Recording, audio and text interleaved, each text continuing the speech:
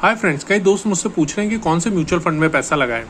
ये डिपेंड करता है आपकी रिस्क प्रोफाइल पे, आपके टारगेट पे कि आप कितना पैसा चाहते हैं, कितना रिटर्न आपको चाहिए। उस सब चीज़ों को अगर आप एमलमिगेट करेंगे तभी आपको पता चलेगा, समझ में आएगा कि आपको किस टाइप के म्यूचुअल फंड में लगाए पैसे आप।